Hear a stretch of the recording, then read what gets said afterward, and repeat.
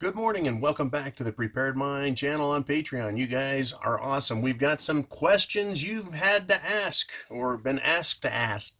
We've got questions, kind of a quick snapshot of what's on your mind this week while all kinds of things are happening at once. It is not a slow news week. So let's get to your questions here. It is a busy day and week for me, and I'm going to do everything I can to get you the information that we all get to think about, right? Taking a look out there so we understand what's going on in our own lives, how we need to prep for it, how we need to understand what's coming down and coming apart. Dennis writes, John, why do you think the reason is that our elected officials are not held to the same standards that we are? Example, they take an oath of office, like millions of us have done. However, when they violate their oath, it is like business as normal. Why do you think they are not held to the same standards as us nobodies? Well, there's a difference in there. Somewhere along the line, somewhere up this ladder, there seems to be an invisible barrier. But I've seen this barrier play out on the local level, the state level, as well as the national level. And it's this level between the regular people, us nobodies, and the untouchables. They get away with things because they understand at the upper percentage of whatever level, they understand that and believe that they're special, that there's some sort of brotherhood or understanding that they're all corrupt. And as a result of this corruption, this unethical behavior, right? They all have dirt on each other, right? They all know that they're corrupt at this level and they're all doing something wrong. So if I can't get away with it, you can't get away with it. And so if you get away with it, I must be able to get away with it. That's what they're saying to each other on these upper levels. This is how they get away with it. You know, it's incredible.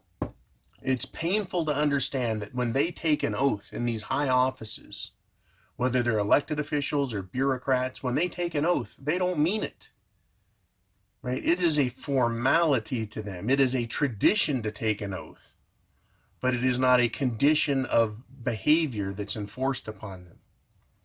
And that is when we, as just regular people, look and go, well, you know, there's no justice in the justice system. There isn't, right? There just isn't. And because of that, it has a corrosive effect on morality. It has a corrosive effect on people who are down here working hard. Why should I work hard? Why should I pay taxes if the law doesn't apply, if it's not equally applied? I believe that that's what's going on. There are levels of corruption at high levels of power, and they know and allow it so that they can all continue to feast out of everyone else's pockets. They take advantage of whatever their office has to provide them with, to feather their own nests. Right? It's just the way it works. So we're going to move on to a question by Wichita Joe. The debacle of dealings that Sleepy Joe Biden, the poster boy for multi-decade career politicians and polygrip, and his distinctly dopey son Hunter have conducted with both China and Ukraine are coming out of the shadows. It seems to me that Joe may be a reincarnation of another bizarre prior U.S. Vice President, Aaron Burr. Burr was eventually arrested on charges of treason while mustering his own armed forces in the Louisiana Territory. The reason I didn't combine these questions is to point out, you know, just by having these questions, how this has been a problem from the very beginning. Abusive government starts instantly. An abuse of power starts instantly, right? The Whiskey Rebellion is a great example of, well, we just got rid of the British government, but now the United States or the American government is going to be heavy-handed and control people's lives and control people's businesses, and then say it's all in the name of law and order, while, right, law and order is dispatched for the people, but not for those in power, right? So because of the application of the rule of law was acquitted over and over, why is the rule of law being short-circuited in the cases of Biden, HRC, that'd be Hillary Rodham Clinton, and Barry O, which is, Barack Hussein, Barry Soetoro, Obama, right? This question is becoming more prominent from you guys, in my own head, from Americans in general. We're saying, why isn't the law being applied equally? They're not even getting a slap on the wrist. Hillary isn't even being arrested and given a 5-year sentence and paroled in a month on good behavior. We're not even seeing that level of an attempt by the government to make it look like the laws apply. The laws apply to us nobodies, us little people, and they don't apply to them. And it is going to cause a backlash. When people go, John, you're so anti-government. Well, yeah, why do you think? It's this sort of thing. It is the corruption. It is the misappropriation of funds. It is the threat that if you don't pay your tax, you're done. Right? You get arrested, you get fined, your life is over. If you don't pay your registration, you get your car taken from you, you lose your driver's license. Yet Hillary can commit massive federal felonies that cost lives, right? And threaten national security for real. And there's no penalty. There's no penalty, right? There's a mistrust of government because of this. I believe, and I hope, that President Trump, right, is trying to correct this, and these are the steps that are being taken. Yet it is a painfully slow process that brings doubt upon not only the system, but the process itself. And it takes so long that he may be out of office before anything gets righted. And then will the next administration just cover everything up again? The likelihood of that is yes. And that's why it is so disheartening. So disheartening. So, big questions to ask. What is going on? We're going to find out whether this is real or bullshit. And it's one of the things that I have hope, but I'm not letting that hope distract me from the reality of hundreds of years or thousands of years of human behavior and what power does. Right? Power corrupts, and absolute power corrupts absolutely. And one last question here. From Wichita Joe, what exactly did you do to collect the ribbons we often see behind you? You know, ribbons up on the fridge. They remind me of the song about a particular Scotsman who awoke to find a blue ribbon tied around his little fellow. Well, I don't have a little fellow. But yeah, it's a great joke or song about waking up with a blue ribbon tied around your stuff. That's paternal pride on my refrigerator. My kids won those in FFA, Future Farmers of America. They're brilliant young men, and they did very well, and they bring home ribbons from contests, and makes me very proud to put them on my fridge to remind me of what excellent young men they've become, and kind of takes away some of the fear and angst I have about what this world is trying to do to them. Alrighty, and he says, thank you for all you do and for making good men and women better. You are much appreciated. Thank you very much, Brother Joe.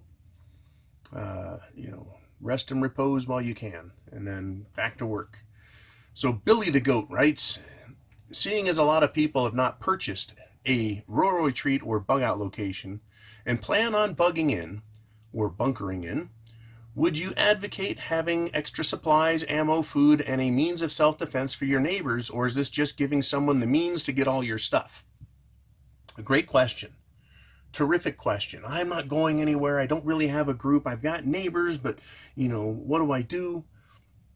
The best you can do in this situation, if you have the money to get extra food, right, to get extra ammo, supplies, right? All of the things we need. If you've got that kind of resource, that is fabulous. What you're going to do is when shit hits the fan, because you can't talk to them or you've tried talking to them and they don't listen, you're going to have to fund your own prepper army. We have examples of this from history.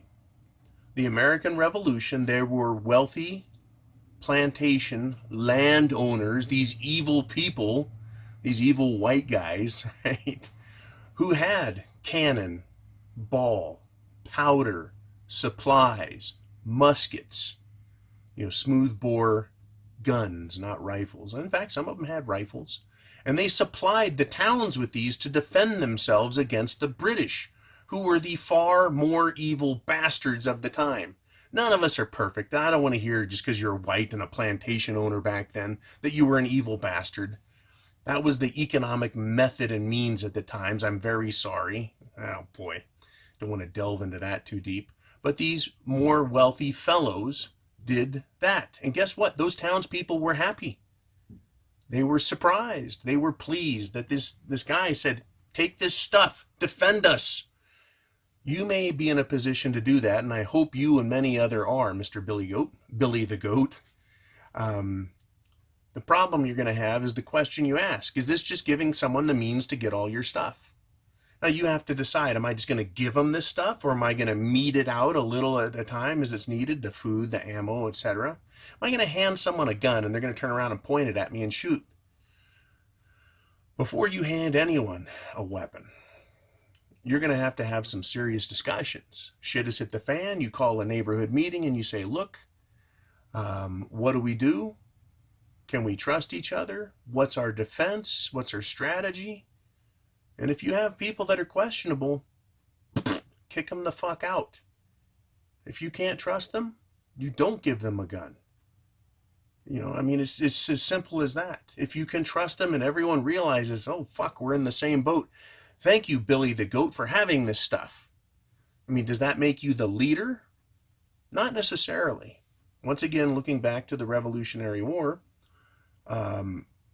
these landowners, plantation owners, they had stuff and they gave it over to the townsfolk and said, defend us, right? He wasn't a military leader. He just happened to have the resources, right? It would be great if you have thousands and thousands of rounds of ammunition and many weapons to give out, and that you also know how to defend or set up a defensive perimeter and set up some basic defensive tactics, for people who don't necessarily need to be trained, but just need to be, start working on it. That's what you're going to be dealing with, is that we're going to build this as we go.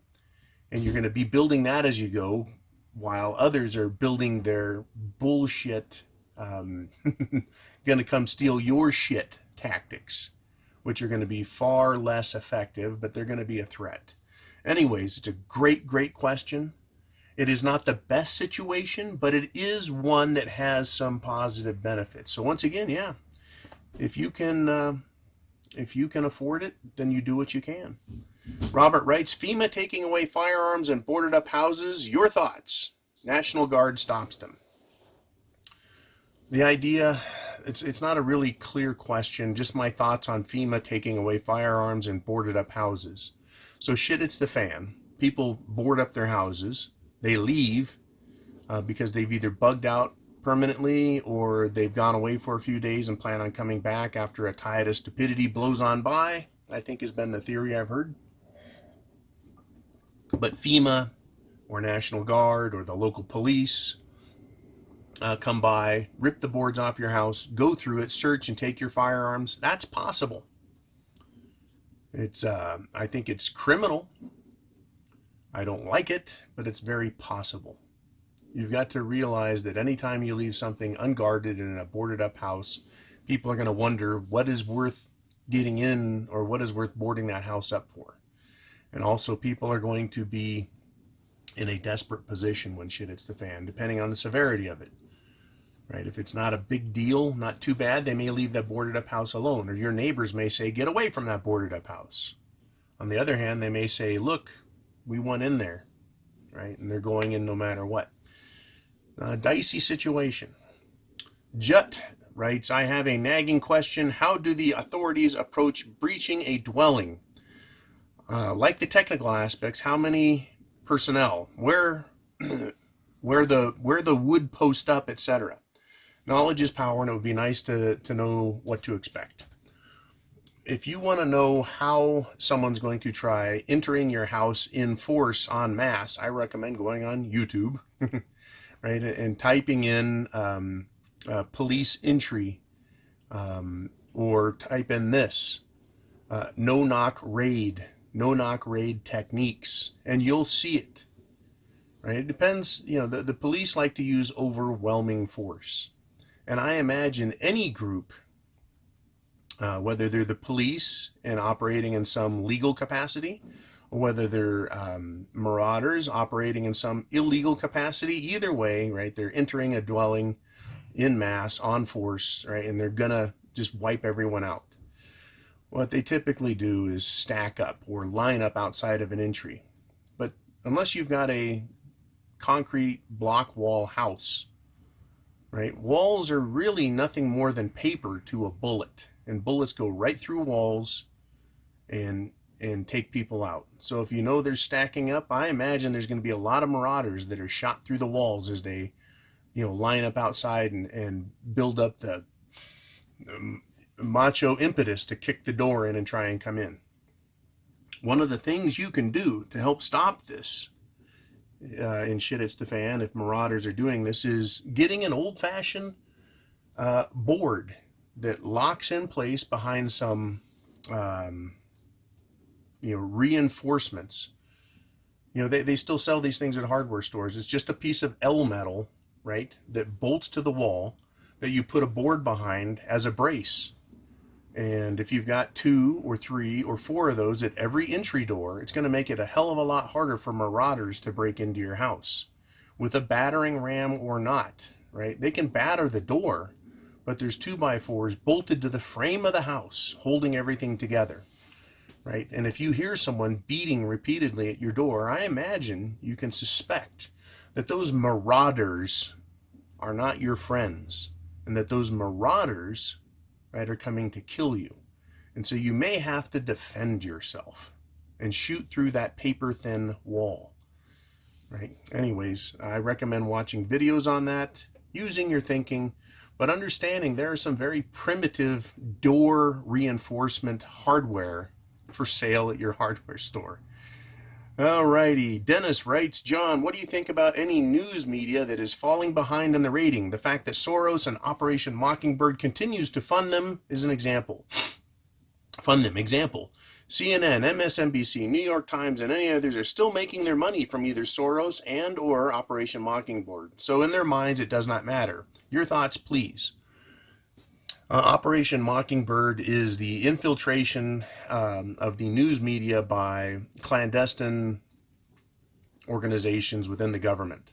And there's also now NGOs doing it. In other words, everything is politicized. There is no truth in media. There are lies, and there are very precise, very narrow lines of thought that may involve some facts that are used to persuade people. It's a political tool. It's a psychological tool. And the fact that their ratings plummet is an indication that even the regular people, not preppers like you and me, even regular people are like, we're not watching this shit. It's bullshit. I'm not believing what they fucking say. Right? Even regular everyday people, they know, they have enough intelligence about them to go, this is politicized. I don't want to fucking hear this. And that's why they're not watching. For the most part, people with a political bias watch a particular network because they want their bias reinforced. They want to feel like they're right, and we all have that. We all do. But those are the people that are still watching the news. When I was young, you would go to the news to get some more facts so you could make up your own mind about stuff, right? You wanted to see what's happening, right? News of the day. It's not that way anymore, right? You can get news of the day all day long on the internet. You don't need the 5 o'clock news. You don't need prime time news. You don't need network news and local news, right? If something happens in your town, you'll get a tweet from one of numerous contacts. So, the reason they're being funded is to continue to try the psychological operation. But it's failing, and it'll continue to fail, and it'll continue to be funded. It's all part of the game as we get closer to shit-hitting the fan. Dana writes, thank you for all you do in keeping us up to date on the latest news. Please cover the basic preps or point me to a link that covers the basics without being overwhelming. we have a Prepping 101 series. Go to the Prepared Mind channel on YouTube. Scroll down, you'll see Prepping 101, and I cover a lot of the basics. Now, the basics are incredibly important. The reason I don't cover them all the time and how to make a fire and all the little gizmos and gadgets is there are great channels out there that already do that, right? I don't want to be redundant. Those things are incredibly important, and I'm really glad all those other channels do that. They were doing it when I started this channel years and years ago. Every now and then I cover, and I know I should do more, right? Gear, right? Good God, it's gear time. I love that stuff, but I just haven't had time because there's so much other news and information about shit hitting the fan. What's going on? I try and cover that and cover the importance of it and the thinking behind it and how we should consider it and incorporate it into our plan, our thinking, the world around us. We all have our little niches that we fit into here. And there is so much information to take in and so many avenues that we could all take to get to where we are both prepared and have a mental preparation and understanding of it. And so I do have the Prepping 101, but also, this is what I do mostly.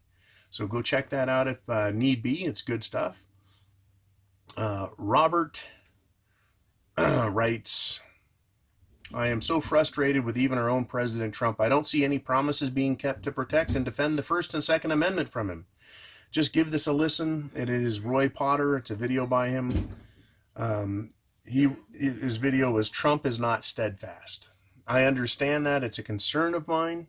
What else can we do about it? What can we do about it? Not really a whole lot. We can hope, we can watch, we can pray, right?